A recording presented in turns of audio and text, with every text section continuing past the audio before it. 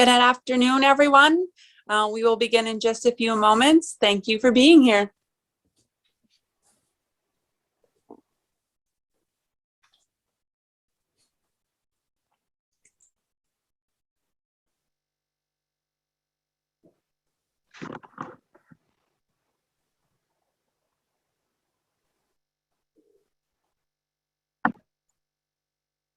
All right, I'm going to get started as people trickle in. Good afternoon, everyone.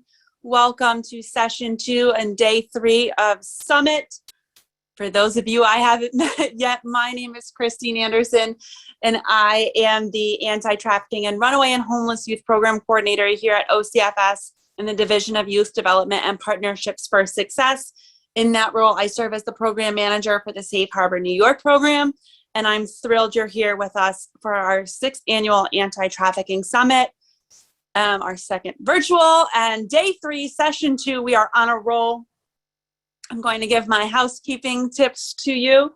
As you know, this is a week-long event with sessions at 12:30 every day and a session at 2:30 every day ending tomorrow. Tomorrow's Thursday. There will not be a 2:30 session on Friday.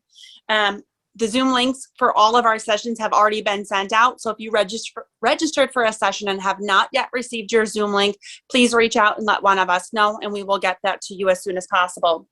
If you encounter any IT issues, you can email info@welfareresearch.org, and we will put that in the chat. And you can shoot us an email and we will get to you as soon as possible.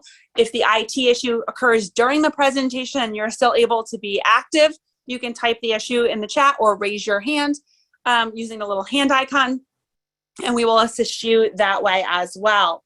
All of our presentations are being recorded and they will be posted after the event.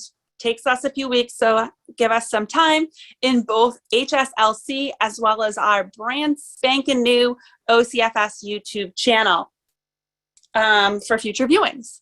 Certificates. So certificates are issued by request only after all of Summit is completed.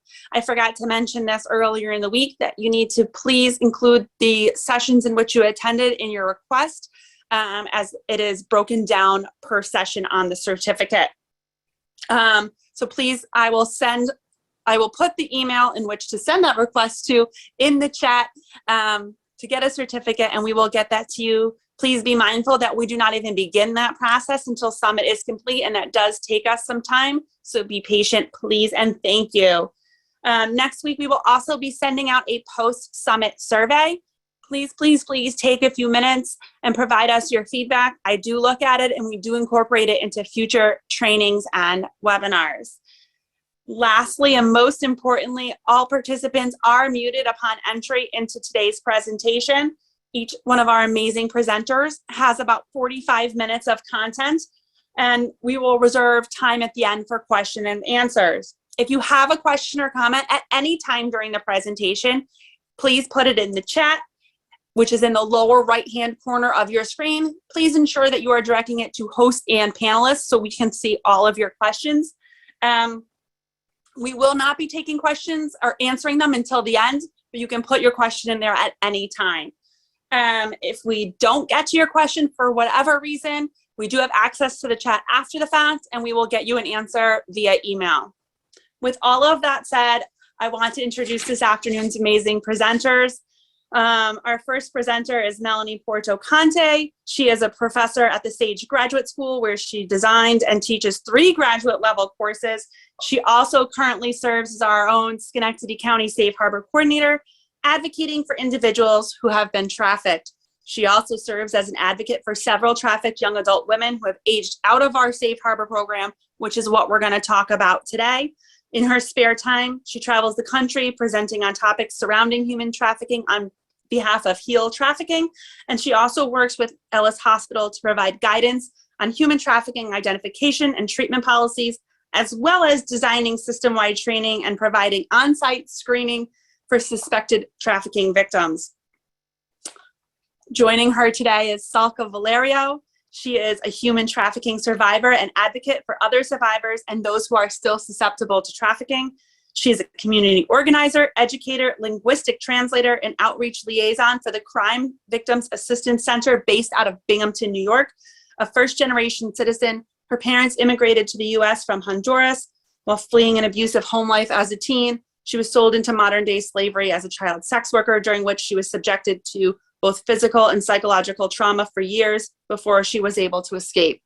Salka earned an associate degree in criminal justice from SUNY Broome College, and she speaks publicly about her experiences in an effort to shed light on the realities of human trafficking. She currently works at a not-for-profit agency doing the same advocacy that empowered her to reclaim her life. I am honored and very grateful to have them both with us here today. To you guys.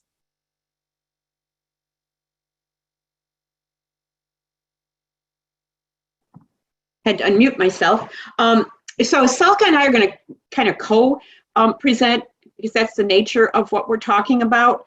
I'm going to be the talking head, and Salka definitely is the lived experience expert. So she'll chime in as we go through the talking points and encourage dialogue as we go along. So we're ready for our first slide.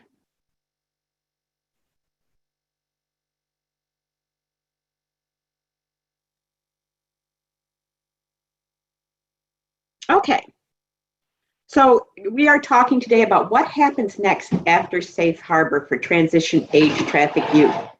And we have a lot of transition aged youth who need services. The need doesn't stop just because they turned 18 or 21. So next slide.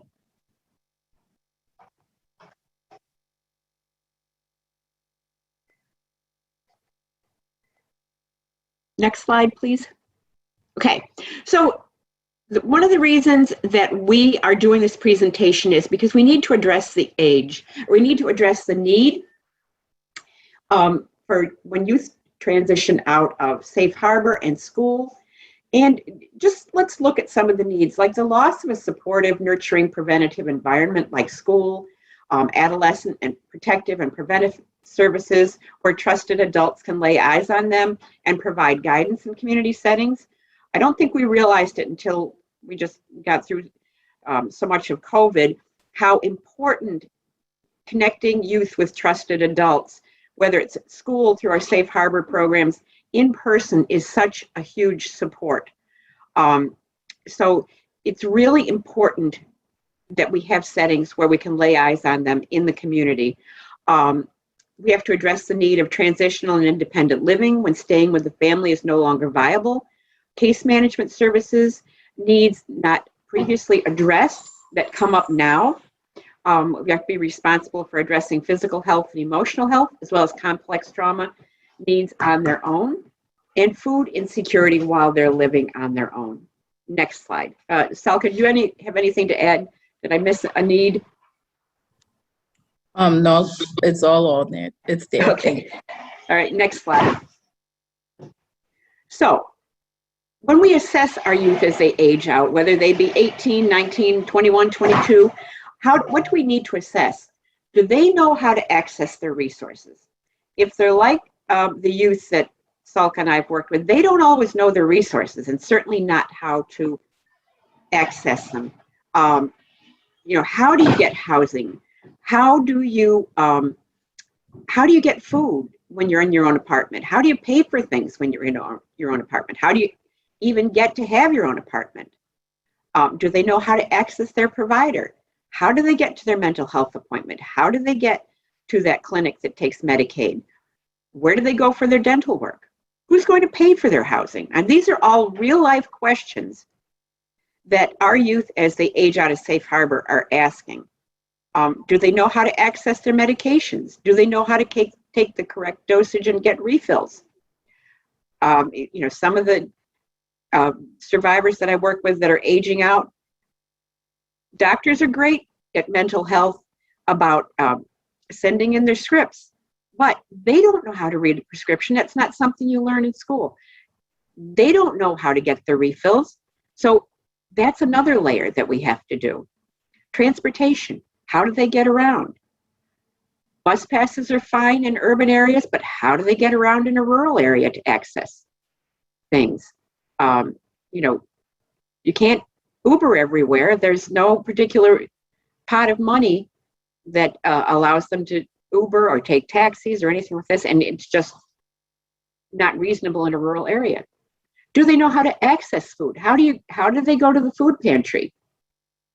How do you use your SNAP benefits? How do you get SNAP benefits? How do they prepare their own meals? A lot of them, processed foods are what they have access. They know how to microwave Kraft macaroni and cheese or a TV dinner, but they don't know how to prepare it. I have one survivor who's 21, and last night he asked me how to make a hamburger. Didn't know how to make a hamburger. He asked me how to make eggs. Didn't know how to make eggs. His only experience in life has been the frozen Hot Pockets. Oftentimes we have to assess, do they know how to maintain an apartment? You know, particularly if they come from a chaotic home environment, they don't know how to make a bed. They don't know how to do the dishes. You know, we really have to assess for those deep down nitty gritty things. Salka, anything more we need to assess for that I'm missing? No, I think we have it all, but it's definitely important to make sure that we do assess these things and we help them with these, because all of these tasks could really become overwhelming for them because they're not used to navigating these systems, and sometimes they're not always comfortable with even advocating for themselves in these systems, especially when it comes to like getting SNAP benefits and Medicaid. Sometimes talking to caseworkers may trigger them, and they are not used to or don't know how to advocate for their needs. So being patient and then just being willing to be able to have someone go with them into these spaces is super important. Okay, next slide, please. Okay, so case management or advocacy is a really important component. So providing comprehensive case management to all eligible participants, including the assessments that we talked about. What's the plan? Preparing a work plan for in-house services, referral services, preparing a plan to interact with law enforcement and other providers when necessary, and a little note about that. Now, the Safe Harbor funding pretty much ends when they're 18, but that doesn't mean the needs are going to go away. So we as Safe Harbor coordinators are going to kind of have to be a hub to help get someone else to pick up case management. How to get them to develop a plan of action. Who can you send them to get that monthly bus pass? Who can you refer them to for medical services? How can you help them if they have to interact with law enforcement? How can you help them do that? So without funding, we have to be creative and work with our other community providers to be able to do these things. Okay?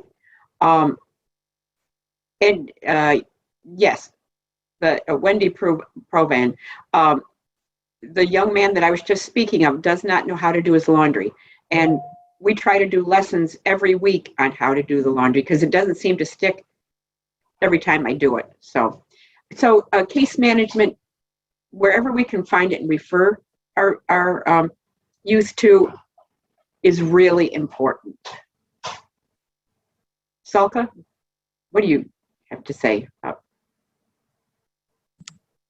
I think the person did suggest like YouTube videos and things like that. I don't know if there is a space where they can do their laundry, like a drop-in center, or maybe, I know where we're at in Binghamton, we actually added washers and dryers at one of our spaces here at the Crime Victim Center. So they can always come in and then we actually physically show them how to do the laundry. But if you're not able to do in person, then definitely YouTube videos, and definitely just reminding them that, you know, what the steps are. Or meeting them at the laundromat and helping them that way. Yes, that's very true. I find myself often doing that, and just helped my 21-year-old male that I'm working with get his SNAP benefits reinstated because he moved from one county to the next a few months ago, and he was ill and didn't make it to his intake appointment and didn't know that if you don't make it to your intake appointment at DSS, your benefits are going to be canceled. So we had to get through that. That's how I spent my morning, was helping him understand that and to, help him work with that. Next slide. Okay, so one of the big things that we find is housing assistance. I wish we had transitional living programs in every county, because that is a really good place to start in getting housing for our transition age kids. I know in our capital region area, there's only a couple of those transitional living programs. And of course, they have limited space. So, if you have a caseload of 20 or 30 youth and 8 of them are aging out, and the program for 3 or 4 counties only has 6 beds, it presents a problem. So we need to find those kinds of programs, things out of county, which places will take out of county referrals. We need housing assistance for emergency housing, shelters, motels, and certainly for our transition age youth. If they find themselves homeless, which they often do, there are places like Safe Inc. in Schenectady where they can accommodate up to 20 years old and for young mothers or fathers with a child. Local DSS, sometimes if they don't have shelter space, motels are an option if somebody's over 18, but particularly for those with complex trauma, PTSD, and flashbacks, it can be even more traumatizing to have them be in a motel. Of course, oftentimes they have no choice if they've been, as everybody that we work with has been trafficked, to stay in a motel, but it presents many, many problems. So emergency housing continues to be a need, and empowering our transition age youth. How do they access emergency housing and shelters? Okay, when we're in Safe Harbor, if one of our kids needs a shelter, we'll call up the shelter. Do you have a bed? Can you take blah, blah? Sometimes our kids with complex trauma have behaviors that cause them to not be allowed back in a shelter. So we really have to think about that. Where can we get emergency housing that's safe for them? Long-term housing, the STEP program, I know we have that at Captain, which is an 18-month program, which the other transitional living programs are for 18 to 25-year-olds. Rapid rehousing, most counties have a housing agency, hopefully you know who yours is, that can help with rapid rehousing, particularly if our transition age kids have been homeless. They can also help them get in shelter plus care after rapid rehousing, which is about a year long, ends. But we kind of have to educate ourselves on that and be able to steer our transition age youth in that direction. As Salka was saying, what does it take to be successful for someone who's not used to independence? Salka, you want to address that? Yes, I can. So with someone that's not used to being on their own or independent, I know I feel like the best way to address that would be probably connecting them to like Job Corps, because they still give you that structure, and also they give you they're able to help you with life skills as far as like doing laundry, making your bed, cleaning up, making sure you're taking showers. Also, they cover the education basis. So if they haven't received their GED, they'll have the opportunity to receive their GED. they'll have their opportunity to get a trade and also get paid while doing these things. Job Corps was actually a lifesaver for me, because I definitely was one of those kids that weren't used to being independent and didn't know how to navigate a lot of these systems. And I went from coming from the Covenant House and Streetworks, I went into Job Corps, and that pretty much set me up to figure out my next steps on how to be a successful adult. So I would suggest those type of programs like Job Corps, even if they're interested going into the military as well. Okay, now supposing Job Corps or the military is not an option, what kinds of community-based programs can we look at?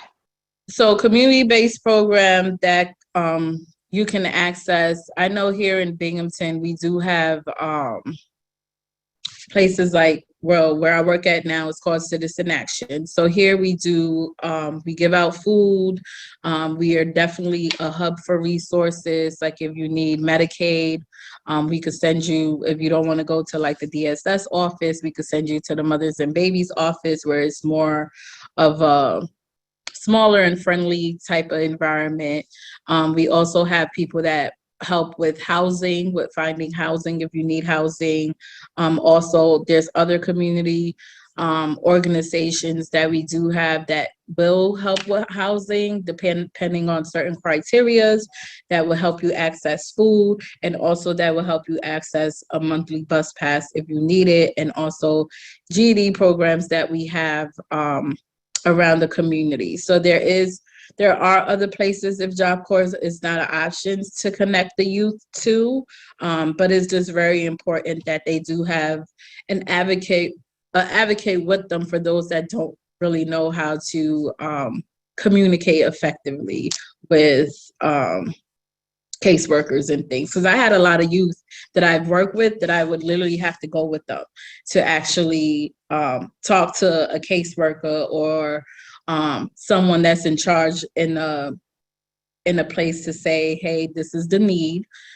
This is what they're looking for. And then I encourage them to also communicate with them as well, to practice advocating for themselves. And then, sooner or later, they no longer need my help. And if they do need my help, they don't have any problems calling me to let me know that they have an appointment coming up and to remind them or to go with them. Yes, and I know in Schenectady, we have a Schenectady Community Action Program that has been very helpful with housing and has programs for life skills. I know Safe Inc. in Schenectady has a life skill programs for young adults up to age 35. And I know there are other programs in our community. Our Schenectady Inner City Ministry also just opened up a wonderful community space, community kitchen, where people can learn about how to grow their own food through our urban farms and how to cook their own food and those kinds of things. So look at those kinds of resources that you might not normally look at in your community, whether rural or urban, to see how you can connect in a different way than you have before. Also, as part of the COVID relief, there are a number of elements to the American Rescue Act for emergency relief programs for trafficked persons that will also cover housing needs. I'm not sure, I do have the applications, and I'm sure your local housing agency will help you do that, but I can send that to you if you need it. And that can cover everything from housing to food to other services and those kinds of life skill programs. Okay, next slide. So another important role of case managers, and again, when the funding stops for Safe Harbor, again, make connections to Safe Harbor, to other case managers, whenever you can, that'll help make referrals to safe and secure emergency temporary housing, and then when appropriate, more stable long-term housing and rental assistance to the eligible participants. Okay, assistance begins at the initial contact with them. Okay? And those people that you reach out to should also be tracking and documenting information about emergency housing placement, long-term housing secured, and continually be the bridge for Youth for Community Services. Okay, along with you being the connector. Okay, so another thing that has come up is referrals to county adult single point of access for other housing and service options, which is an important piece, but it's not something that we necessarily do. In some instances, if there aren't a lot of services in your county, you may have to make referrals to the youth single point of access, but making referrals to county adult single point of access is not something we necessarily do for Safe Harbor, but it's something you should make yourself aware of. And particularly if there's a specialized program like a mental health young adult transitional program, like in Schenectady, we have Mohawk Opportunities has a transition aged youth mental health apartment program. You can start referring youth when they're 17 and a half. Okay, so, but it has to go through the adult single point of access. Okay. Next slide. Okay, so along with us doing the assessment of what their needs are, we need to help them to navigate the system to get the appropriate services, whether it be health assessment, medical care, and mental health counseling. So I'm going to make the assumption, and tell me if I'm wrong, that we need to have partnerships with providers for medical screenings, medical care, including prescriptions, and mental health counseling. Now, like in our little corner of the world, we have, Samaritan Hospital, Albany Medical Center, Ellis Hospital, Ellis Mental Health, Northern Rivers, New Choices Recovery Center, Nathan Latour, St. Mary's Hospital, Four Winds, Glens Falls, Unity House, I forgot Equinox, and Hometown Health. So those are just the resources we have here. Salka, what kind of resources do you have to refer somebody to, or what do you wish people had referred you to?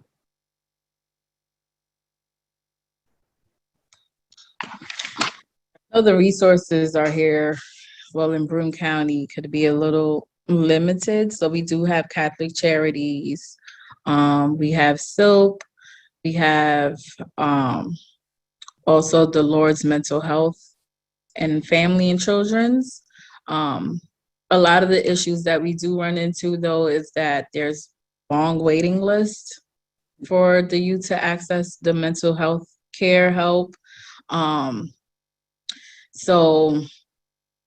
we do have these resources, but it's just a lot of the times that there's a lot of people trying to access them. It's a long waiting list. So I wish we just did have like a mental health professional on hand. Like here at Crime Victims, they have the counselors available, but if they need more extensive mental health care, they would have to go to Lord's or be referred out.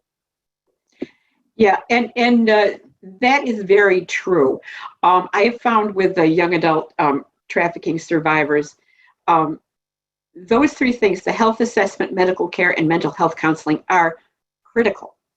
Oftentimes, the young adults that come to us, particularly out of county, I've had one from Schoharie County, one from Otsego County, has not had dental care since they were a young child, has not had a health assessment, and has a number of health things. And most importantly, this person, just about all the people, the transition age people that come across to me, are in dire need of mental health counseling, because common denominator is they have complex trauma issues.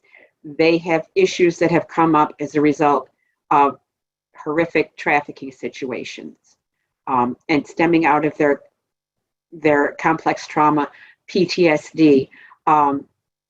So they really need us, even if we're not providing direct services, to kind of navigate to them, tell them the person to call, do what we can in our county to grease the wheel, to make sure that our folks get what they need, particularly for those who are confirmed trafficking survivors. When we go to DSS for benefits, we always make sure people understand that this person is a confirmed human trafficking survivor, so that they don't necessarily get pushed into a pile, because everybody's needs are immediate, and I'm biased, but I feel our trafficked people should rise to the top of the pile because of everything. Let's see, what else can I say about that? And as I said, the medical screenings are critical, medical care, including prescription management. The one person I was telling about that came from Otsego County, and the small town the person came back to after his trafficking experience in Florida. He only had a primary care provider, and he was only receiving prescriptions through the primary care provider, which was 80, 90 miles away, and nobody was following up. So, we were able to get him into mental health counseling. They were able to assess, provide proper medications, and, supportive services in terms of crisis management and all kinds of things like that. So most of the local agencies we work with are members of the Healthy Together referral network, and our case managers can have access to the system to facilitate real-time referrals. How about you, Salka? So we do have it's sounding, I'm sorry. We do have some people like at the hospitals, like emergency rooms. We do have navigators that will connect people to like primary care, mental health stuff, like actually set up the appointment for you, and then give you a referral and let you know that your appointment is on this date and to show up. So they did implement that type of program here in Broome County, which is absolutely great. And we also have, I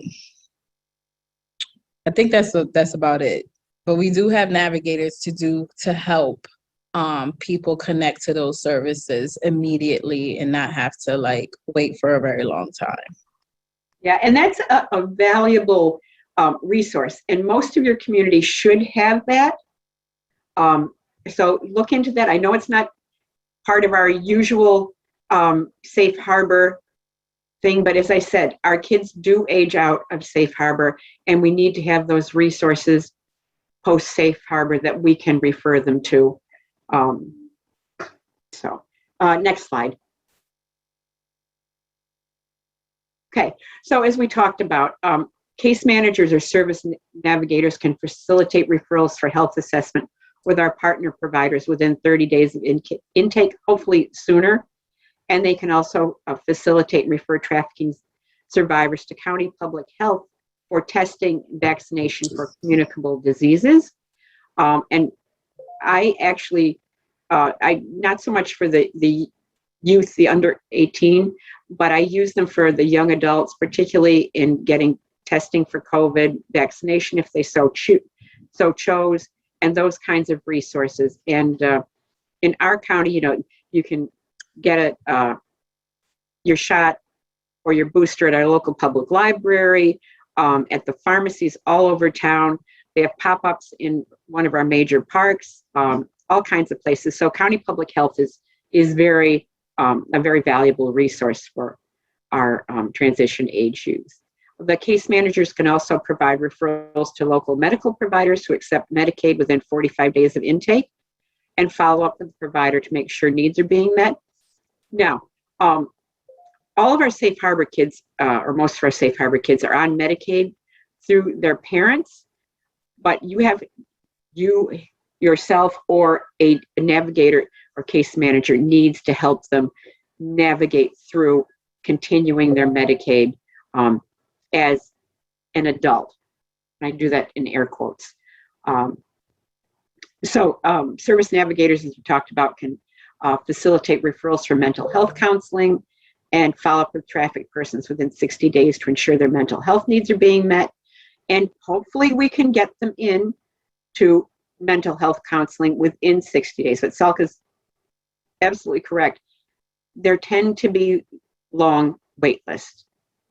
I know in Schenectady, we have something through Ellis Mental Health called the Living Room, which is a crisis diversion part of the mental health clinic, where people can go spend the day, be diverted from going to the emergency departments, and be kind of fast-tracked to getting into the clinic there to see the psychiatrist, to be in the personalized recovery-oriented services program.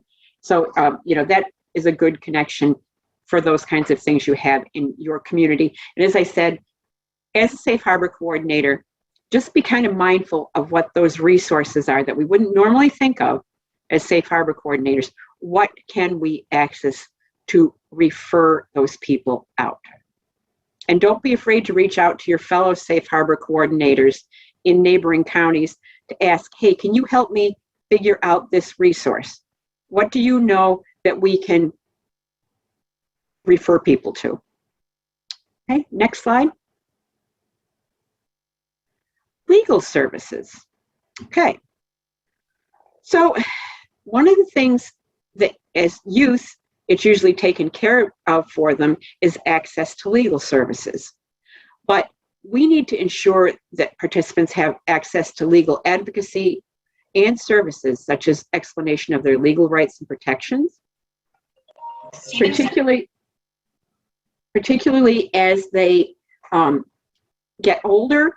Do they have the right to be emancipated from their family? What legal responsibility do they have towards their parents, if any? What are their protections? What can protect them? Some of the things we see with young adult trafficked people are people who need assistance with immigration applications. You need to know where you can refer them to. We don't really see that as, at least in my little corner of the world, youth needing help with immigration applications, but I'm sure the rest of you and the rest of the state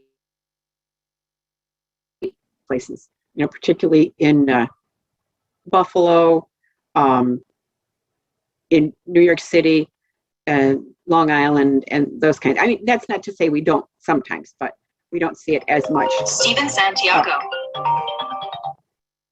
Hold on, I just got a call from you. So anyway,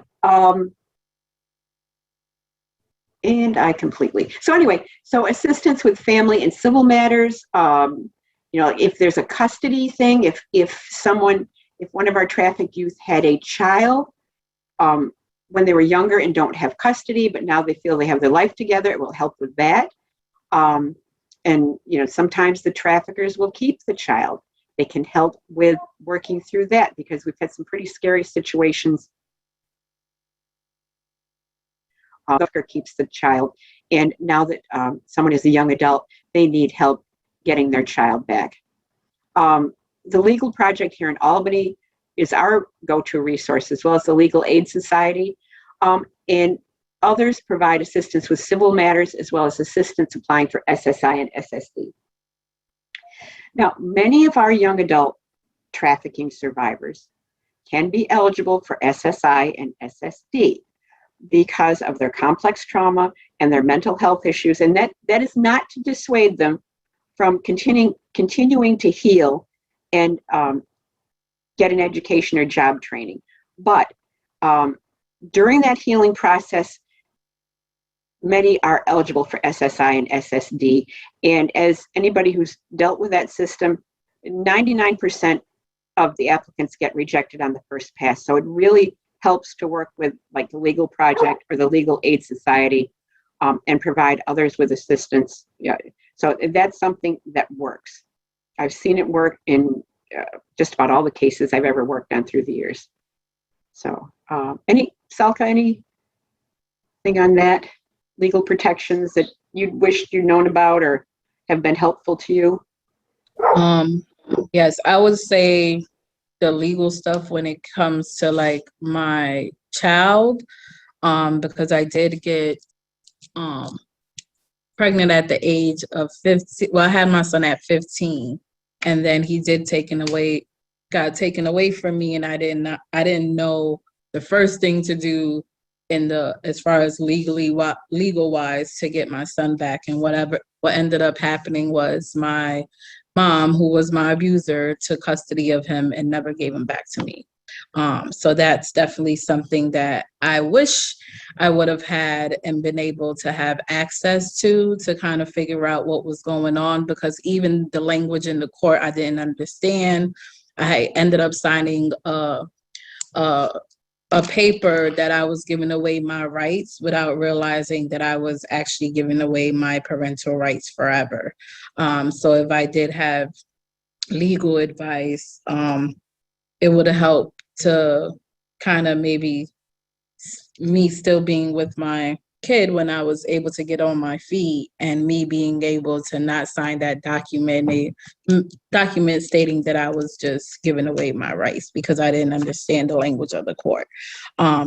So I'm glad these services are available now, and that's definitely a vital thing to have, especially when during that time of being in the street, got pregnant and have kids, and they're now in the system, or the pimp refuses to give you custody of the child and keeps them. Yeah, it's an important consideration, and it happens more often than not. I know there was one situation with Young Parents United where the judge up here granted custody, and they helped the trafficked mother go down to Florida, get the child, and come back up. But the family filed a counter petition in Florida to get the child back to Florida. And that was the trafficker and his sisters trying to get the child back. And it's been quite a battle, a very frightening battle, because the trafficker threatened Young Parents United and the young mother here, the young trafficked mother who was here. So it's more common than you think.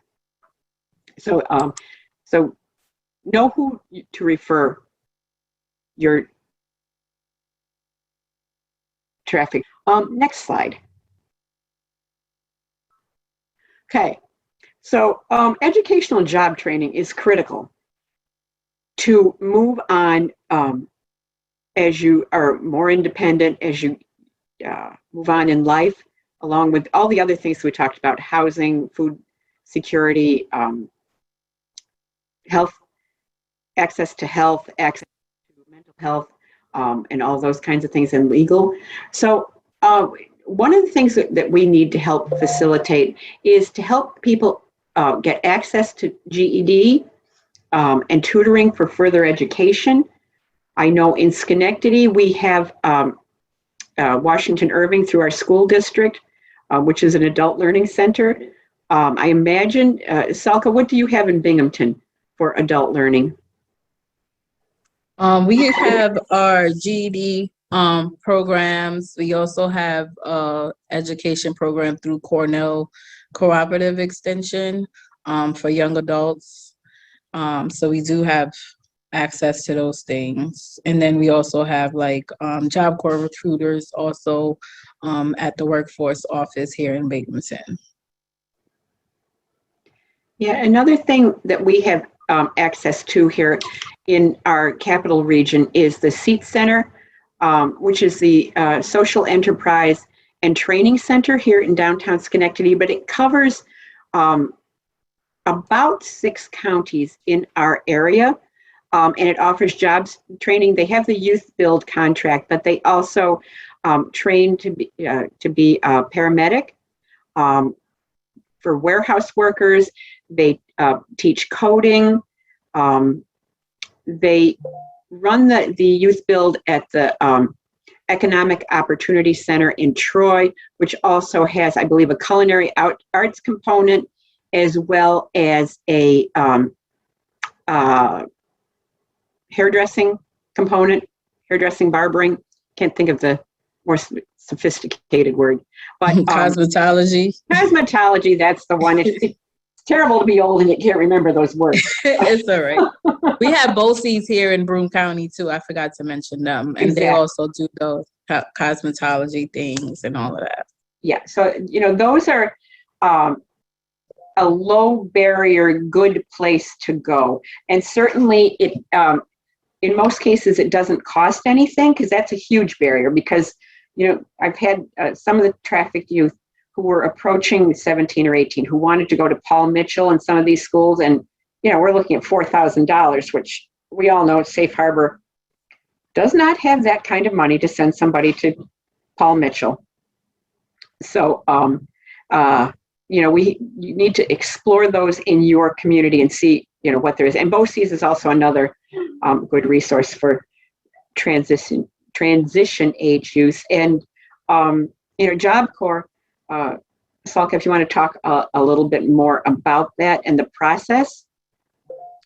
Yeah, so like I said, Job Corps was really the lifesaver for me, because everything was like in one shot. So I had access a program in New York City called Streetworks, and while I was at Streetworks, the only reason I went to Streetworks because I had got kicked out the Covenant House. So Streetworks only had an overnight shelter at the time, so it was just somewhere to go to sleep at night. So my counselor, she actually came up with the idea for me to go to Job Corps, because it would help with housing. Also, I wanted to pursue my education, so I would be able to get my GED, and I can pick up a trade. And at the same time, Job Corps was also giving you money for everything that you completed.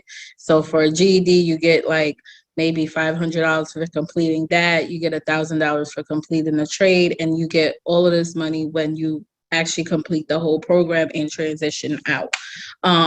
So while at Job Corps, because I didn't really have any much support, because they do allow you to leave on the weekends if you do have family, but if you don't have family, you can stay on campus for the weekend. During the holidays, you could either choose to stay on campus and they do different activities with people that do stay, or you can go home for the weekend. Some of the times I did make some great friends. I would go spend the holidays with their family at times. When I was at Job Corps, I did get a little bit of support from the street work program, because when I first got there, I didn't have like a winter coat for the winter. I didn't have any winter clothes, period. So they did provide me with some of those things. But Job Corps also give you a clothing allowance where you can go and actually pick up like winter clothes, spring clothes. So every season you do get a clothing allowance to get some clothing and shoes. So they provide you with a lot of things. So I thank God I was able to access that program. Transitioning out of Job Corps, though, was a little bit harder because there wasn't really nothing in place to transition out. So for me, the option to transition out, I wanted to go into community college. So there was a community college nearby with a campus, which would have made sense because that's housing. And I could have did my 2 years and graduated and went on from there. But that wasn't an option for me because my mom refused to give any of her information to get me the financial aid that I needed to get to go to college. And you need your parents' information up until you're 25 unless you have a kid. So college wasn't an option for me transitioning out of Job Corps. So the next thing I wanted to do was go into the National Guards. So the National Guard was an option because I was at an age where I could sign myself up But the only barrier to that was I was horrible at math. So I could not pass the math tape test, and my time to exit out the program was approaching really fast. So Job Corps is only a 2-year program. And I was already in Job Corps for 2 years, making it to a half because they were trying to figure out how to transition me out the program. So the college didn't work, the military, I was reaching the deadline, so that didn't work. So I had to figure out my own way how I'm going to survive after Job Corps. So I was talking to someone there. They lived in a nearby community, which is where I'm at now, Binghamton. And I asked a couple questions to kind of make sure that if I ended up in Binghamton, I would be able to survive, because now, as a sex trafficking survivor, now I'm in a vulnerable space where I'm actually looking for someone to help me in a situation that usually people would take advantage of that situation, because now I'm homeless and trying to figure out where to go. So the first questions I Googled Binghamton to see how the area was. I Googled to see if they had public transportation. And I also looked up to see if they had any shelters that I could access if it didn't work out with this person. So they sent me out to interviews here in Binghamton, so I can figure out a job before I left. So I went to a few interviews before I actually came to Binghamton, and didn't really have much luck with jobs, but I did have at least $25,000 on me. That's not a lot of money, but it was enough. It was better than zero. So I moved in with my boyfriend at the time, and I ended up getting a security job because I took a security trade. And then I ended up working at a call center. So while I didn't know anybody at all but his family. So going to work kind of helped me get access to other people to figure out what other resources was available in the community. So I found out about housing. So I applied for housing. And then at the time I did apply to go to college, but until I had my second child is when I had access to actually go to college. Without having to need my parents' information. Because at that time I had a baby, I was 24 years old, and I was able to access college there and be able to go and work on my criminal justice degree. But Job Corps definitely was the foundation for me to kind of be more independent. And while in Job Corps, I did have an off-campus job. I actually served as the student government president to help make changes on campus, because coming from a survivor standpoint and a youth that was homeless, there were a lot of things that were missing that could have been resources to those that have came from a trafficking background and to those youth that have came from a homeless background. So I was able to help implement those type of changes in Job Corps. So yes, I'm a big advocate for Job Corps because it did help me become more independent. It did help me obtain my education. And also before I left, I even got my driver's license, and they paid for all of those things. I didn't have to come out of pocket without anything. They taught me how to drive. I went on driving lessons as well.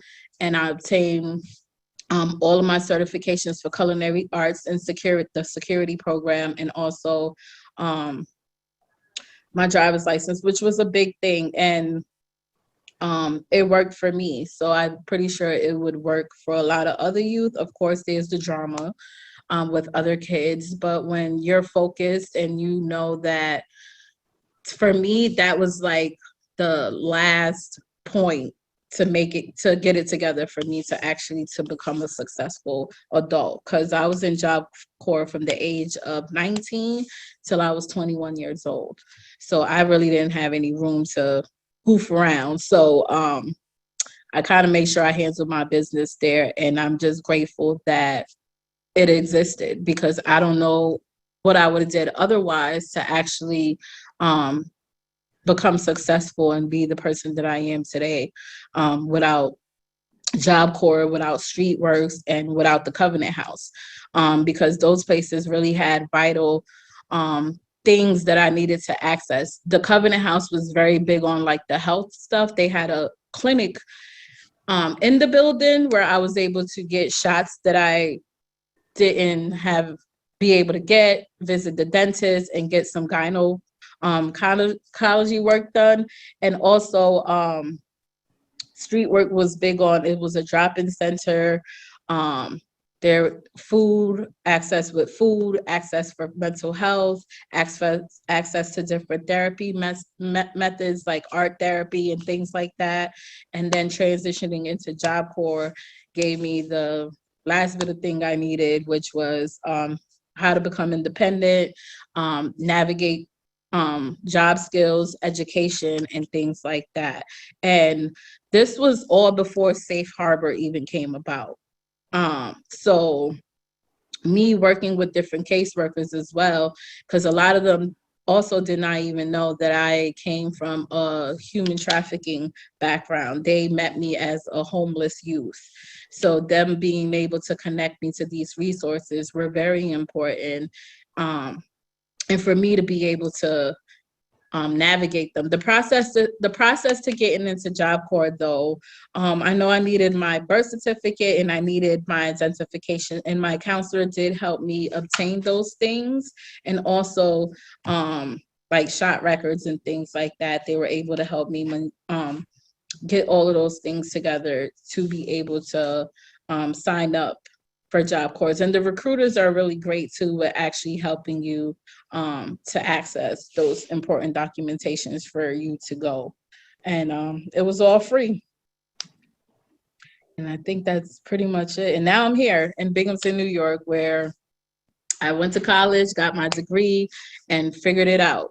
And all thanks to, those vital people that helped me navigate these systems, because without them, it's very overwhelming to try to figure things out on your own. Yeah, no, Selka, what age can we start getting used to apply for Job Corps, and what is the oldest they can be? What's the job age range? So it's from 16 to 25. So the oldest is 25. Okay. Good to know. Now, another thing is college applications. As you said, Selka, you ended up going to college. There are many places we can get assistance for college application, but who, if anyone, helped you with college applications? Ooh, that was very overwhelming because I didn't understand any of it. So the college application stuff, I actually went to the school. So the staff at the admission office at BCC, she was very helpful. And I did tell her, like, I don't know any of these things or even like step one to do it. So she was able to kind of walk me through it while I sat there on the computer. I know it's COVID time. So if you're a case manager that's working with a youth, even doing it over the phone, helping them step by step, would definitely work, because college applications are very overwhelming when it comes to applying to go to a school. Yeah, and if you have an adult education center or BOCES where you're working on your GED, they can also help you with the college applications. And another thing is the federal student aid package, which is kind of daunting. As Selka said, oftentimes parents will say, I'm not going to give you that information. I don't want the government to know my information. So that can present a challenge. So that's where we need to find somebody to help. Again, if you're going to community college, they can help. Sometimes the financial aid offices can help you with that. Now, who helped you finally get through kind of thing, since your mother wouldn't help, which is not uncommon? So no one, I just had to wait. Like, it really was a big barrier. Like, there wasn't nothing in place for me to actually access college unless I had a kid. So I was deemed independent if I had a baby, or I was at the age of 25 where I no longer needed her financial information. So I'm not sure how to go around that. I mean, when I did talk to my counselor, when she was trying to figure it out for me, she asked me if I was like a master, I don't know how to say the word. Emancipated? Yeah. Emancipated through the courts, because if I was, then I would have been able to access it that way. But since I wasn't, it was just like a really big barrier for me to figure it out, because she refused to give me any of her financial information to actually apply for college. So it was just having a baby or waiting till you're 25 years old. I'm not sure what other things could have been different. And it maybe because Safe Harbor is available now, maybe that could be something that could help. Yeah. And assistance with applications is another thing. Through Safe Harbor, we can do, particularly, before somebody ages out at 18, as well as help with resume writing. And, local organizations can help out. So let me see. Hold on. I got to fix my battery here. All right. Let's, next slide.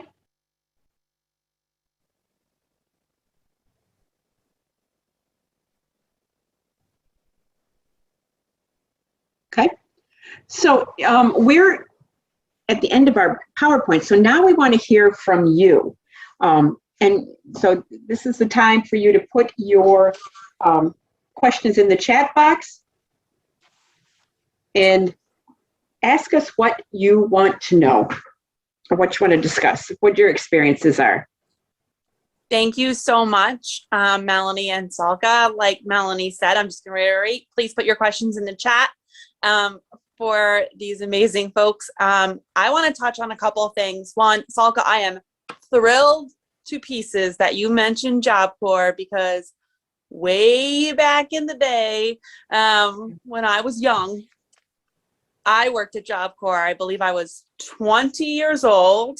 I worked in recreation, and I really feel like it is a severely underutilized resource that so many folks don't even know exists. Just to reiterate what you said, it's housing. It is teaching independent living skills. They do provide normative teenage experiences for the young people. They take them to the movies, they take them roller skating, and I'm sure they do a million other things now that we didn't do 20 years ago when I worked there. And there's educational programs, vocational programs. They can teach how to drive, all of the things you mentioned. So I really encourage people to find a Job Corps center that is near where your county is, and just reach out to them and let them know that your services are available and ask if there's anything you can do. It is the young people there, and so you can correct me if I'm wrong if things have changed. So I worked at the Job Corps Center here in Albany County, and many of our young people were not Albany County young people. They were young people in New York City or the Binghamton area. So they are probably, if that's still the case, there's young people there who may not know what is available to them here now that they're here in this area. So I highly encourage people to reach out. So I'm super glad you mentioned it. You used it the way it is intended to be used. So I'm so glad. I actually do have one question. I know, Salka, you mentioned that before you moved to Binghamton because you knew you were vulnerable, which kudos to you for having that self-awareness. There were 3 questions that you wanted to ask. And forgive me, I think I missed them. Can you share what those 3 questions were? Because I think that would be a really great thing for other people to think about as young people are transitioning out, maybe questions they can have those young people ask themselves. It was more so like if there was public transportation, that was like a vital one for me. And if they had any shelter systems that I can access.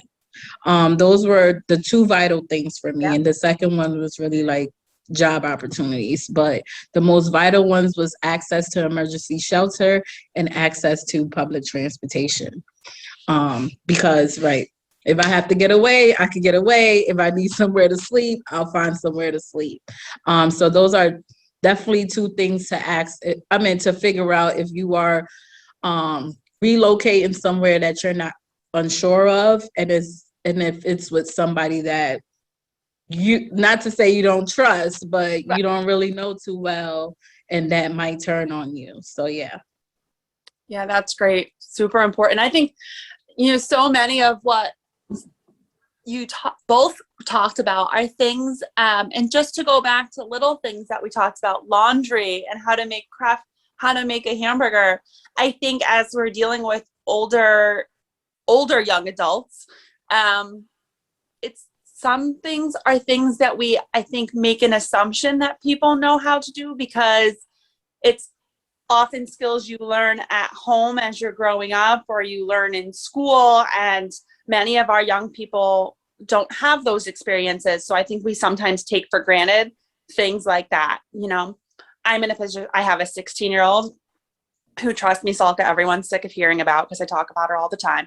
But, I teach those skills in my home: how to do your laundry, hygiene, how to cook for yourself. So she's self-sufficient. Not everyone is as fortunate as that to be able to have those experiences. There is a question in the box for you, Salka. How receptive would young people be to discussions of financial planning and focusing on the most appropriate ways to gain an income? What are your thoughts on how you feel that would go with young people? Financial planning and appropriate ways to gain income. It's a great question. And that's a question that we need to address. What are appropriate ways? Sorry, my computer's getting ready to. Yeah, so I mean, people like money in general, right? So, and a lot of the times, though, coming from a trafficking situation, it could be a little bit, because the money that you make there is not the same money that you're gonna make at a 9-to-5.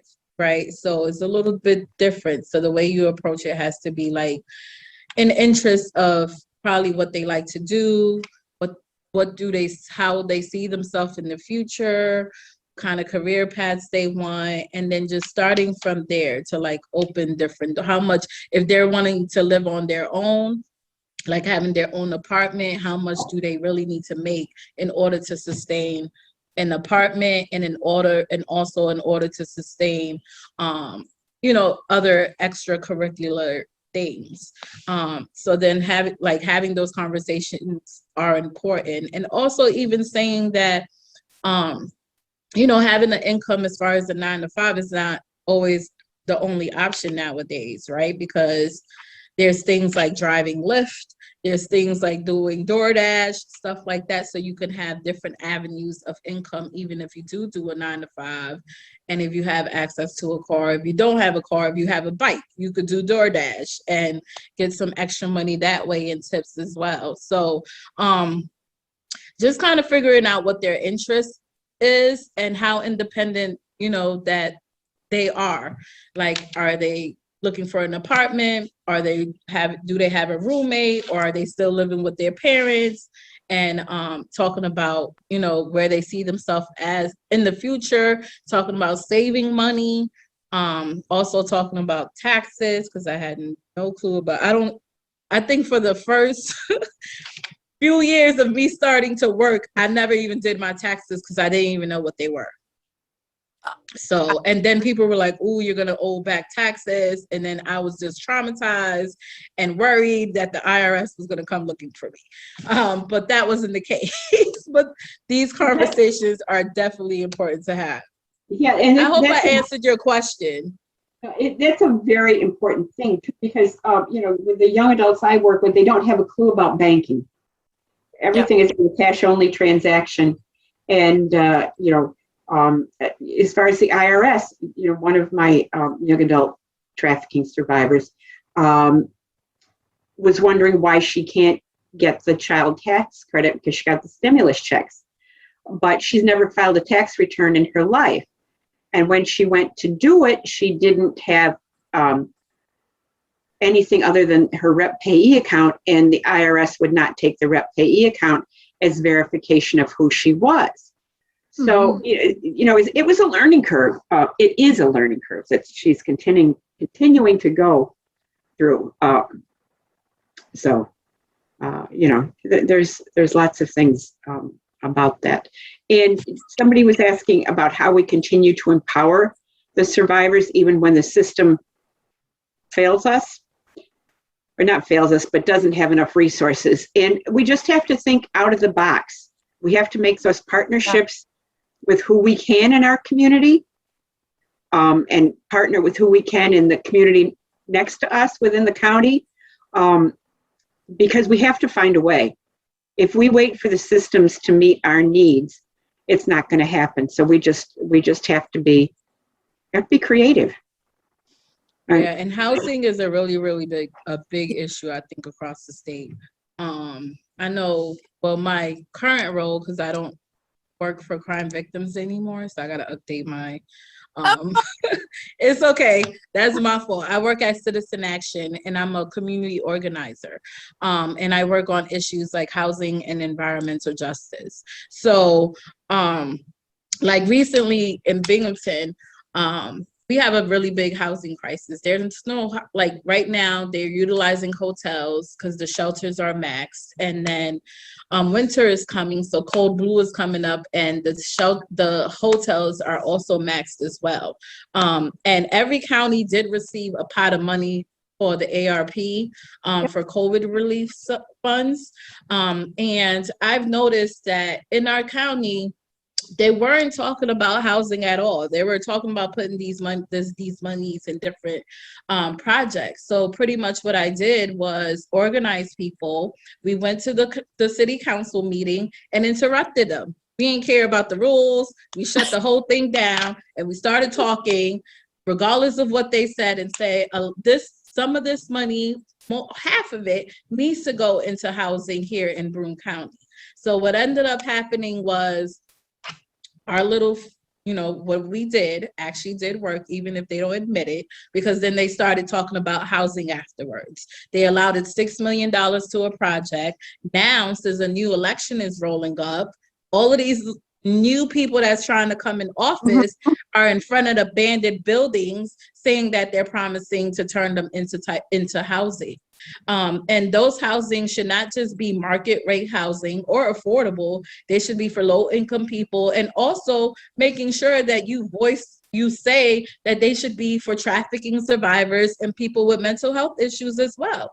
And making sure you show up to city council meetings, and making sure that you put pressure on the politicians to be able to have open doors and access to survivors.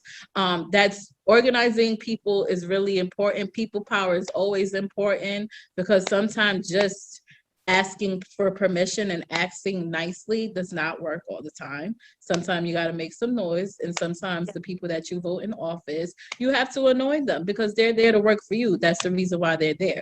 So now I am working at an organization that is safe for me to do that I don't have to worry about, we're getting funding from whoever, so you can't do certain things. But I'm here now, and I can go and put pressure on whoever to make sure that the community, the people that are most vulnerable in our community, have access to housing. Because they also try to put money into existing places, which is great, but we have to realize that these existing places have barriers too. If you're a felon and you have criminal record, you can't access certain housing. So people have to think about that as well. For our sex trafficking survivors, there's stuff on their records that they probably couldn't get off from, and can't access public housing because of their records. So that's also something that we have to ask for as well. That we need to advocate for. I've had that with a couple of my trafficking survivors, but through the legal project and through a pro bono firm in New York City, we were able to expunge their felony records, one from Florida, one from New York State, so that they could get into HUD housing. So that's another area of advocacy, is the vacature. So it's a really good thing to be able to empower people to do that as well. Know that all is not lost if you had a felony conviction related to your sex trafficking, which is not uncommon. Not at all, unfortunately. Hopefully we're going to turn that around. Salka, I want everyone to get hear the amazing compliment you got. Aaliyah says it's System Action. So lucky to have your skills because they do great work. And I second that very much. I have no doubt you're going to change the world, starting with Broome County. So give it another moment to see if any other questions come through. They would like to say thank you for sharing your experiences and the gaps in the services that you have found. And they want to commend you for all the progress you've made. I feel like today's discussion is so key. A lot of things you all brought up, is key to the concept that we have with Safe Harbor, and that is collaboration. And Melanie, you said it earlier. If you don't have a service in your county, look to the county next to you. Email me, and I'll see if I can find somebody in a neighboring county who has a service you need. Build your critical team to the needs of your county. There is no limit on who can be on your critical team, obviously within reason. Let's keep it manageable, but really find out what your community needs and build your team around that, and build with each other, collaborate with each other. That's what I love so much about this program that we've built, is how much you all share with each other and learn from each other and help each other out. Again, I want to thank Melanie for always being willing to help me out. And Salka, thank you so very much for being here. You shared so much. Go Job Corps. I hope everyone has a wonderful rest of their day, and I hope to see you tomorrow. Take care, everybody. Have a great Wednesday. Go out and enjoy the sunshine if it's nice where you are. It's gorgeous outside. Bye. Thanks, everyone.